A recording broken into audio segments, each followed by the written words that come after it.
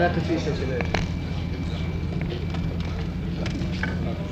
قال لي اوكي اوكي. I'm here to talk with President Assad and his advisors about the negotiations I'm conducting to leading, hopefully, towards progress, towards peace in the Middle East.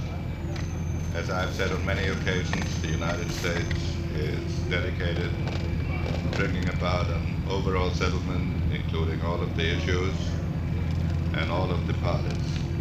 And we have always recognized that Syria plays an important role in this process. I've always profited from my exchanges with President Assad. I greatly respect him